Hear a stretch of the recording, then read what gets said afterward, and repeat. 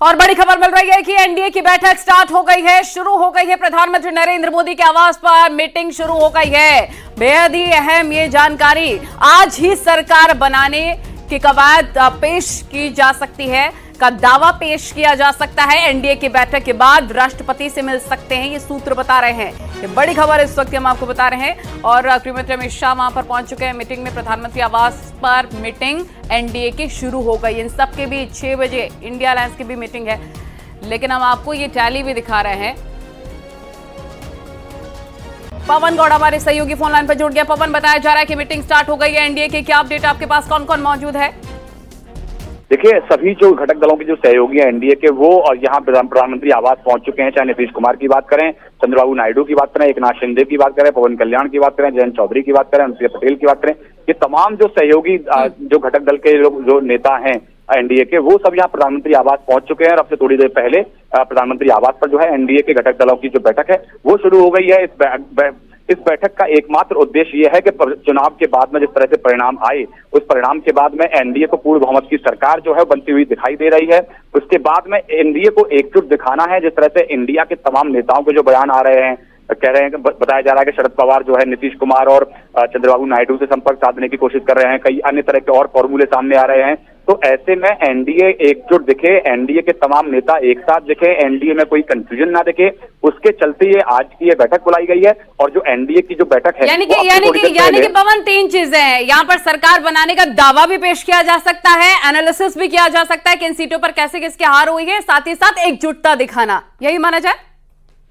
देखिए, एनालिसिस तो खैर अभी नहीं होगा। एनालिसिस तो सभी जो एनडीए के जो सहयोगी दल हैं वो अपना बाद में करेंगे। फिलहाल जो सबसे पहली प्राथमिकता है वो सरकार बनाने की है।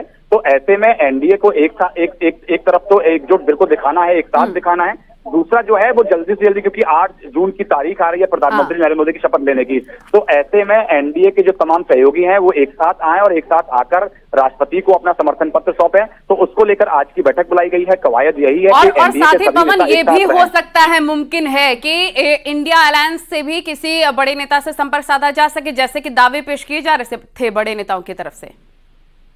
देखिए, ये तो है ही, जैसे एक तरफ से इंडिया अलायंस के कई सारे नेताओं के बयान आ रहे हैं कि वो कई सारे जो एनडीए की जो पार्टियां हैं उनके संपर्क में है, उनसे बातचीत करने की कोशिश हो रही है। लेकिन वहीं बीजेपी भी एक साथ चुप नहीं बैठेगी। बीजेपी के भी अपने इक्वेशंस हैं, अपनी बातचीत है, अपने गणित हैं, उन पर बीजेपी अपने हिसाब से काम कर रही है।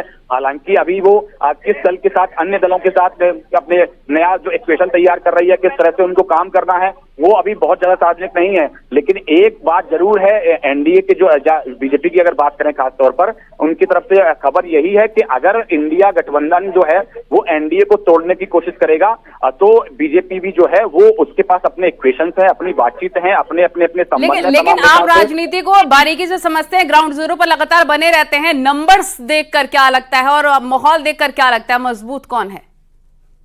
देखिए, नंबर्स और माहौल की बात करें तो एनडीए जो है वो कंफर्टेबल नंबर्स के साथ में सरकार में है। अगर आप नंबर्स देखें, अगर बीजेपी के पास यहाँ 220, 210 के आसपास नंबर्स होते तो कहीं ना कहीं ये संदेश जाता कि बीजेपी कमजोर होती है और फिर हो सकता है कि इंडिया गठबंधन जो है वो सरकार बनाने की कवायद में ज्यादा आगे होता। लेकिन यहाँ बीजेपी के पास खुद के पास 240 सीटें हैं। तो ऐसे में अब बहुत ज्यादा जरूरत नहीं है, सिर्फ 32 सीट की जरूरत है बहुमत के लिए। तो ऐसे में अगर सीटों का गणित भी देखें तो चंद्रबाबू नायडू के पास 16 सीट है और नीतीश कुमार के पास 12 सीट है। उसके बावजूद भी 28 सीटें ही होती हैं। फिर भी कहीं ना कहीं 4-5 सीटें जो हैं वो कहीं ना कहीं जो इंडिया गठबंधन को और ज्यादा सीटें चाहिए, क्योंकि इंडिया गठबंधन के पास 232 या 33 सीटें ही हैं। तो ऐसे में उनको 60 के आसपास सीटें चाहिए सरकार बनाने के लिए। अगर ये दोनों ही नेता जो है वो चले भी जाते हैं, और ये मीटिंग इसलिए भी यहाँ पर ये भी हो सकता है कि ऑफर किया जा सकता है आपको, आने वाले वक्त में अगर आप हमारे साथ आते हैं तो ये सीट और ये पद आपको ऑफर किया जा सकता है। ये काफी ज्यादा इंपॉर्टेंट है। आपका बहुत शुक्रिया, आप नजर लगातार बनाए रखिएगा पवन गौड़।